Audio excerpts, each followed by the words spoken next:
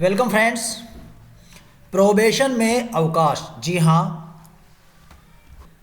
आज के इस वीडियो में आपको यही बताऊंगा कि प्रोबेशन में कौन कौन से अवकाश आप ले सकते हैं, उनके क्या नियम हैं, उनके जो आदेश हैं वह भी आपको मैं दिखाऊंगा क्या क्या आदेश हैं, क्या नियम है। सारे इस वीडियो के अंदर आपको पूरी जानकारी मिलेगी। CL, PL, HPL, ML जो भी है। इसके अलावा विदाउट पे है, ये आप कितने दिन रह सकते हैं, कितने दिन आपका प्रोबेशन है, ये आगे खिंच सकता है। आपको बिल्कुल 100% सही और सटीक जानकारी आपको मिलेगी आदेशों के साथ। तो चलिए शुरू करते हैं। सबसे पहले तो मैं आपको बताना चाहूँगा कि अगर आपने अभी तक हमारे YouTube चैनल को सब्सक्राइब नहीं किया है तो ज़रूर कर लें, क्योंकि हमारे इस चैनल पे कर्मचारियों से संबंधित बहुत सारे उपयोगी वीडियोज़ आते रहते हैं और जो भी वीडियो जो आते रहें वो आपको मिलते रहें। इसके लिए आपको सब्सक्राइब करना होता है और उस सब्सक्राइब करने के बाद पास में एक घंटे का निशान होता है, उस पर भी क्लिक कर दें। उसके बाद हम जो भी वीडियो डालेंगे वो आपको मिलते रहेंगे।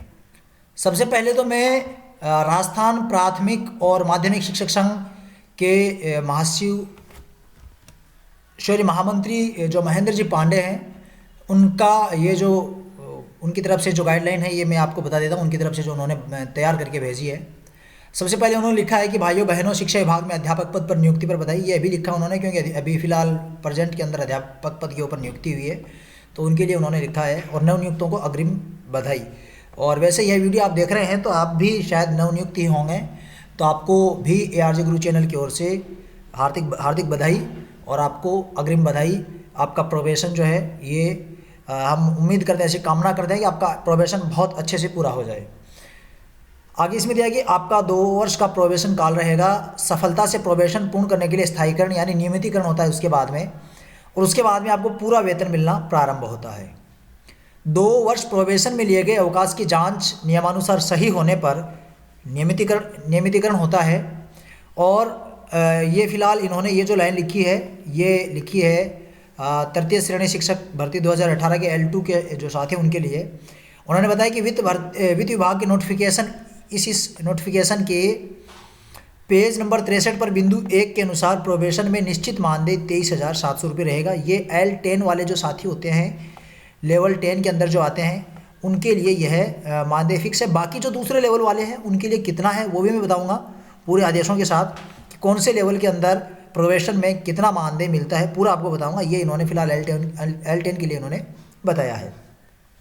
आगे इन्होंने लिखा है कि नवनियुक्ति से पहले कोई भी राजकीय सेवा में स्थायी रहा है तो प्रोबेशन के पूर्व में पद का वेतन या नवनियुक्त पद का निश्चित मानदेय जो उचित लगे ले सकता है। आदेश 30 अक्टूबर 2017 के इस आदेश के पेज नंबर 64 के बिंदु 6 पर ये देखिए इन्होंने ये लिखा है। आपको बता देता हूँ कि मान लीजिए कोई पहले अभी फ़िलहाल उसने जैसे टीचर की नौकरी ज्वाइन की है, उससे पहले मान लीजिए कि वह पुलिस डिपार्टमेंट में था, तो वह जैसे टीचर बनता है तो वह या तो अपने पुलिस डिपार्टमेंट की जो सैलरी मिल रही थी वह ले सकता है, या जो वर्तमान में प्रोबेशन में आए हैं तो वर्तमान में लेवल के अकॉर्डिंग प्रोबेशन में कितना वेतन मिल रहा है, या फिर उन दोनों में से जो उचित लगे वह ले सकता है, उसको पूरी छूट है उसमें।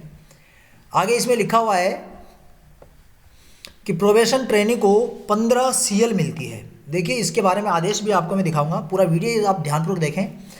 प्रोबेशन ट्रेनी को 15 CL मिलती है, ये जनवरी से दिसंबर। यहाँ पे बहुत बड़ा एक कन्फ्यूजन पॉइंट होता है। कई जो साथी हैं वो कहते हैं कि ज्वाइनिंग टू ज्वाइनिंग मिलती है। पहले ज्वाइनिंग टू ज्वाइनिंग होता था, लेकिन फ़िलहाल ये कर दिया गया है कि जनवरी से दिसंबर है, ये आपके CL की गणना होती है। पहले जब आप ज्वाइन करते थे उसके बाद में अगली ज्वाइनिंग तक ज्वाइनिंग टू ज्वाइनिंग होता था। आगे इसमें लिखा है कि आदेश 30 अक्टूबर 2017 के इस रूल नंबर के पेज 23 पर बिंदु 4 जनवरी के बाद ज्वाइन करने वालों को 1 महीने की 1.25 CL मिलेगी। मतलब ये है कि आप हर महीने 1.25 CL मिलती है और प्रतिमाह CL का उपभोग नहीं करने पर जमा होती रहेगी। मान लीजिए जनवरी में आपने काम में नहीं लिया है तो फरवरी के अंदर आपके 1.25 CL जनवरी की और 1.25 CL फरवरी की 2.5 CL आपकी हो जाती है। इसी तरीके से जुड़ती रहेगी। कैलेंडर के अनुसार 31 दिसंबर को जमा CL लैप्स होगी। 31 दिसंबर जैसे हो जाएगा, भले आपने एक भी CL काम में नहीं ली हो, वो लैप्स हो जाएंगे, वो आपके काम के नहीं रहेंगे। फिर 1 जनवरी से प्रतिमाह 1.25 CL फिर से मिलेगी और ऐसे ही हर महीने का जो क्रम है ऐसे ही चलता रहेगा। आगे इसमें इन्होंने लिखा है कि कैलेंडर वर्ष जनवरी से दिसंबर ही रहेगा। हाल ही में संयुक्त निदेशक माध्यमिक शिक्षा निदेशालय बीकानेर द्वारा 18 जनवरी को एक स्थायीकरण प्रकरण में स्पष्ट किया है, हाल ही के अंदर ये स्पष्ट किया है, वो भी मैं आदेश आपको दिखाऊंगा। प्रोबेशन में कैलेंडर वर्ष जनवरी से दिसंबर होगा और निदेशालय ने ऐसे पत्र नियम अनुभाग से राय लेकर लिखे जाते हैं। तो ये नियम अनुभाग से जो राय लेकर लिखा गया पत्र, ये भी आपको मैं इस वीडियो के अंदर दिखाऊंगा। आगे इन्होंने लिखा है कि बिंदु संख्या 7.1 के अनुसार प्रोबेशन काल में पीएल और एचपीएल यानी हाफ पे लीव अर्न नहीं होती हैं। प्रोबेशन वाले को पीएल और एचपीएल नहीं मिलती है, जमा नहीं होती है उनको। लेकिन यहाँ पे देखिए, यहाँ पे लेकिन लगने के बाद यहाँ पे कुछ चेंज हो रहा है। लेकिन प्रोबेशन से पूर्व की सेवा की पीएल और एचपीएल सेवा पुस्तिका में जमा है या बकाया है तो वह राजस्थान सरकार शिक्षा ग्रुप 2 विभाग के शासन उप सचिव के हस्ताक्षर से जारी पत्र क्रमांक कितने के तहत खाते में जमा पीएल और एचपीएल का उपभोग प्रोबेशन काल में कर सकता है। इससे प्रोबेशन आगे नहीं सरकेगा। देखिए यहाँ पे ये जो बिंदु है इसको फिर से थोड़ा समझाना चाहूँगा। पीएल और एचपीएल जो है वो सामान्यतः नहीं मिलती है, लेकिन मान लीजिए कि कोई कर्मचारी है वह जो मैंने फिलहाल कंडीशन बताई वही लेते हैं कि मान लीजिए वह पहले राजस्थान पुलिस में था और वर्तमान में शिक्षक बना है, तो उसके राजस्थान पुलिस की सेवा पुस्तिका के अंदर यदि उसके पीएल और एचपीएल यदि बाकी हैं तो वह उनका उपभोग कर सकता है, काम में ले सकता है, उससे प्रोबेशन आगे नहीं खींच सकता है। लेकिन उसके लिए भी एक शर्त है, वो शर्त आगे इस वीडियो के अंदर आगे मैं आपको दिखाऊंगा एक आदेश के अंदर कि वह शर्त उसमें क्या दिया गया है। अगला इसमें बिंदु 7.2 के अनुसार प्रोबेशन काल में महिला को प्रसूति अवकाश देय होगा। प्रसूति अवकाश में पूरा वेतन मिलता है, इसलिए प्रोबेशन आगे नहीं सरकेगा। ध्यान रखिए, प्रसूति अवकाश जो है महिला के लिए वह देय है और उसमें प्रोबेशन भी आगे नहीं खींच सकता है। लेकिन ये प्रसूति अवकाश है, मातृत्व अवकाश नहीं है। आगे मातृत्व अवकाश के बारे में भी है। प्रोबेशन काल में पुरुष को पितृत्व अवकाश देय होगा। पुरुष जो उनको पितृत्व अवकाश भी देय है। पितृत्व अवकाश में पूरा वेतन मिलता है, इसलिए पितृत्व अवकाश में भी प्रोबेशन है ये आगे नहीं खिसकेगा, आगे नहीं सरकेगा। 2 वर्ष प्रोबेशन काल में महिला को चाइल्ड केयर लीव देय नहीं होगी। ये चाइल्ड केयर लीव जो है ये यहाँ पे आ गया है, चाइल्ड केयर लीव ये नहीं देय होगी, सिर्फ प्रसूति अवकाश देय होगा। श्योरी यहाँ पे प्रसूति अवकाश से, यहाँ पे मैंने चाइल्ड केयर लीव को अभी फिलहाल मातृत्व अवकाश बोला था, ये चाइल्ड केयर लीव है। ये यदि विशेष परिस्थिति में स्वीकृत की जाती है तो प्रोबेशन आगे सरकेगा। मान लीजिए कि चाइल्ड केयर लीव यदि लेनी पड़ती है तो उसके लिए प्रोबेशन आगे खिसकेगा। नोटिफिकेशन नंबर यहाँ पे दिए गए हैं, इस नोटिफिकेशन के अकॉर्डिंग ये आपका प्रोबेशन आगे खिंच सकता है।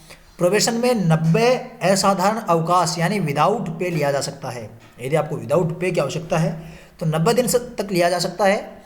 और ये बिंदु 8 के संशोधित नोटिफिकेशन क्रमांक इतने, लेकिन नोटिफिकेशन ये के तहत इसमें 30 दिन तक प्रोबेशन आगे नहीं सकता। देखिए इस नोटिफिकेशन के अकॉर्डिंग तो आप 90 दिन का प्रोबेशन में विदाउट पे यानी असाधारण अवकाश ले सकते हैं, लेकिन इस नोटिफिकेशन के अकॉर्डिंग अगर 30 दिन से आप ज़्यादा लेते हैं तो आपका प्रोबेशन है वो आगे खिंच सकता है। मान लीजिए आप 90 दिन लेते हैं तो 60 दिन का आपका प्रोबेशन है वो आगे खिसकेगा। आगे इन्होंने लिखा है कि नियमानुसार ये अवकाश लेवें ताकि 2 वर्ष बाद स्थायीकरण के समय बाधा नहीं आए। ये बहुत इंपॉर्टेंट पॉइंट है इनका, क्योंकि कई साथी जो है वो अवकाश ले लेते हैं, उसके बाद में प्रोबेशन पूरा होने के बाद स्थायीकरण में उनको समस्या आती है, फिर वो मेडिकल वगैरह के चक्कर में आना होता है उनको, तो इसलिए ध्यान रखें। आगे इन्होंने लिखा है कि सुविधा के लिए शिक्षा विभाग के आदेश संलग्न है और ये वित्त विभाग के आदेश वित्त विभाग की वेबसाइट पर भी उपलब्ध है। इनका प्रिंट निकाल कर अपने पास सुरक्षित रख लें। अब मैं आपको कुछ जो आदेश जो मैंने इस वीडियो के अंदर बात की वो आदेश आपको दिखाता हूँ।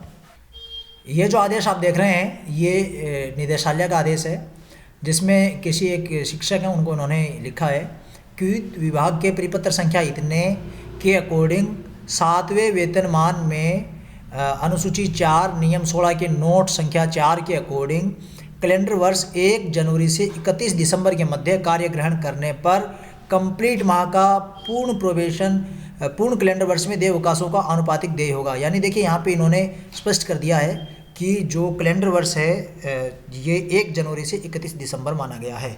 यहाँ पे ये एक संशय है, ये दूर होता है। और इसमें इन्होंने बताया कि यदि मान लीजिए कि आपको और अवैतनिक अवकाश आपने लिए हैं तो उनके प्रार्थना पत्र है, मूल रोग आरोग्य प्रमाण पत्र है, दस्तावेज प्रेषित करें, उसके बाद में ये आगे की कार्यवाही है। और साथ ही अब यहाँ पे देख सकते हैं कि यदि मान लीजिए कि उसका वेतन आहरण कर लिया गया हो तो उसके आपको वहाँ पे एक चालान प्रति है, ये भी इसमें दिया गया है, नहीं किया है तो खैर कोई बात नहीं है। तो इस तरीके से ये आदेश होगा। दूसरा आदेश देखते हैं। ये जो आदेश है ये शिक्षा निदेशालय ने जो एक इनसे जो सुझाव मांगा था उसके अंदर बताया गया। आपके दिनांक 20/1/2006 के पूर्व राज्य सेवा में कार्यरत कार्मिक की प्रोबेशन ट्रेनिंग के रूप में नियुक्ति पर प्रोबेशन काल में अवकाश के संदर्भ में मार्गदर्शन प्रदान करने बाबत। इसमें इन्होंने लिखा है कि उपरोक्त विषयांतर्गत संदर्भित पत्र के क्रम में निर्देशानुसार लेख है कि दिनांक 20/1/2008 से पूर्व राज्य सेवा में कार्यरत कार्मिक की प्रोबेशन ट्रेनिंग के रूप में नियुक्ति पर प्रोबेशन काल में अवकाश के संबंध में वित्त विभाग नियमानुसार राय या टिप्पणी दी गई है। नंबर 1, राजस्थान सेवा नियम 1951 के नियम 122A के प्रावधानों के अनुसार प्रोबेशन ट्रेनी परीक्षा काल में अवकाश अर्जित नहीं करेगा। अतः प्रोबेशन ट्रेनी जो पूर्व में राज्य सरकार में नियमित थे वे भी परीक्षा के अवकाश अर्जित नहीं करेंगे। दूसरा बिंदु इसमें दिया है, नवनियुक्त प्रोबेशनर ट्रेनी को पूर्व में राज्य सरकार की नियमित सेवा के दौरान अर्जित और शेष अवकाशों के उपभोग करने की अनुमति दिए जाने का निर्णय संबंधित अधिकारी द्वारा लिया जाएगा। इस दोनों बिंदुओं का आप एक बार दोबारा पढ़ें। अगला बिंदु पढ़ रहा हूँ मैं। पूर्व सेवा में अर्जित अवकाश का उपभोग करने की अनुमति यदि नियंत्रण अधिकारी द्वारा प्रदान की जाती है तो ऐसे में अवकाश के कारण परीक्षा अवधि पर कोई प्रभाव नहीं पड़ेगा। ये पहले मैंने आपको बताया था कि आगे की तरफ मैं बताऊंगा। ये है कि मान लीजिए कोई दूसरी सेवा से, जैसे कि राजस्थान पुलिस से टीचर में आया हो तो उसके यदि मान लीजिए कि वहाँ पीएल पड़ी हो उसके सर्विस बुक में, वह अगर पीएल उपभोग करता है तो उसका ये जो प्रोबेशन आगे नहीं खींच सकता है। लेकिन उसमें शर्त यह है कि उसको नियंत्रण अधिकारी के द्वारा अनुमति लेनी होती है। यदि नियंत्रण अधिकारी अनुमति देते हैं तो ही उसका प्रोबेशन आगे नहीं खींच सकता है। ये यहाँ पे इसमें ये जो शर्त दी गई थी वो ये है। उक्त राय टिप्पणी की आईडी संख्या इतने दिनांक इतने द्वारा प्राप्त कर प्रदान की जा रही है।